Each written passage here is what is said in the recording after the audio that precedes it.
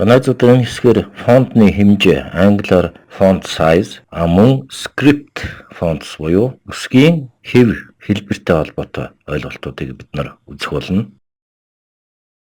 За дасгалын 13 дугаар хавцнаас бид нар 2 файлыг нээе.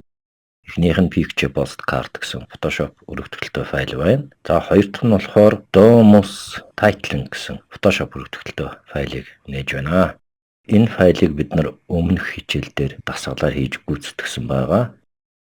Текстийн бичгэлийг өөрчлөнгүүд тэр нэрээр нь давхаргын нэр нь өөрчлөгдсөн байгааг та нар мэдэж байгаа. Энэ давхаргаа идэвхжүүлээд T гэсэн icon дээр маузны товчийг дарангаа баруун зүүн тийш харсан сум гарч ирэхэд маузны товчоо дарангаа чирэхэд үсгийн фонтны хэмжээ ихсэж байна. За зүүн тийш нь чирэхэд багаснаа. Эсвэл доош харсан сум дээр товшоод шууд фонтны хэмжээг сонгож болно. Эсвэл фонтны хэмжээний утга дээр тавшиж идэвхжүүлээд шууд гарнаас 5 утгыг оруулж өгч болно. За манай тохиолдолд би 45 гэж оруулж өгч байна. За мөн компьютерийн гар дээр Ctrl Shift товчийг дарангаа цэг гэсэн товчны хослолыг зэрэг дарахад фонтны хэмжээ нь size нь ихсэж байгаа нь харагдаж байна. За багасан гэвэл Ctrl Shift товчийг дарангаа таслалын тэмдэг түвхий товч дээр зэрэг дарахад фонтны хэмжээ маань багасж байна. За би текстэн давхаргаа идэвхжүүлээд гарнаас 88 гэсэн тоо утгыг font size мөрөнд оруулж өгч байна. За фонтны нэрний мөрөнд script гэж бичиж өгөхөд script-тэй холбоотой фонтнуудын жагсаалт энд гарч ирсэн байна. Англиар script гэдэг нь хэв хэлбэр гэсэн үг юм. Бас гараар бичсэн бичгийн хэвийг script гэдэг. За эндээс бид нар тохирох фонтын стилийг сонгох боломжтой. Эсвэл filter гэсэн хэсэг дэх мөрнөөс script гэсэн шүлтүрийг сонгож идэвхжүүлж болно.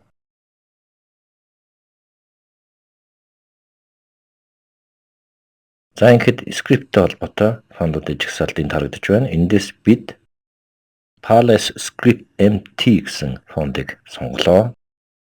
За одоо энэ фонтны форматыг жоохон өөрчлөх шаардлагатай байна.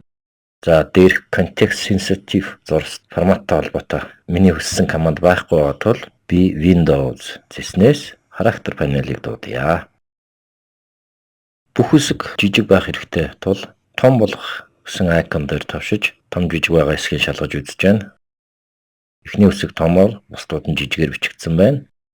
Өгүүлбэр маань зургийн талбайд багтахгүй суналттай байх тохиолдолд бид нар өмнө үзсэн tracking буюу нэг мөрдөх сонгогдсон үгнүүдийн хоорондох зайг тохируулах утгыг 0 дээр байгааг нь шалгах хэрэгтэй. За 0 дээр байна. За мөн kerning буюу нэг мөрдөх үсэг хоорондын зайны тохируулгыг бас шалгаж үзэх хэрэгтэй байна. Энэ бол чухал үзүүл.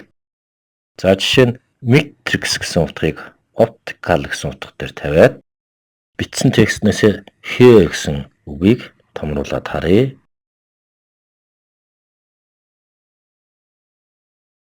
E ба A үсгийн хооронд холбоос нь зөрөлдсөн байгаа нь харагдаж байна. За тэгвэл matrix гэсэн сонголт дээр тавиад үзэхэд залгаас нь мэдэгдэхгүй болж ирж байна. За характер панел хураагаад Ctrl товчийг дарангаа 0 товчийг товшиж харъя.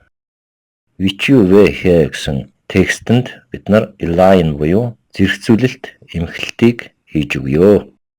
За ингээм тулд бид нар selection командыг идэвхжүүлээд текстээ тасархай зураасаар дөрвөлжиж аваад за дараа нь move хэрэгслийг идэвхжүүлж context sensitive командуудын зурваснаас align vertical centers буюу босоо чиглэлдэх зэрэгцүүлэлт голлуулалт гэсэн icon дээр товшлоо.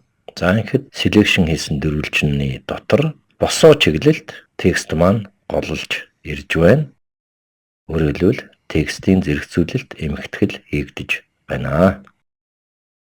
За дахин баруун талд нь байгаа align horizontal centers гэсэн icon дээр товшоход дөрвөлжин тасархай хүрээ дотор текст маань хэвтэй чиглэлд голлож байна.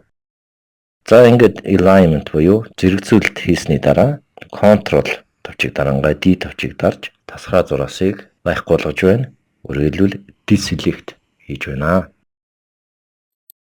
За энэ байдлаар найзуудаа энэ хэсгээр бид нар фонтын хэмжээ болон үсгийн скрипт буюу хэвтэй, хэвлэлбэртэй холбоотой ойлголтыг үзэж дууслаа.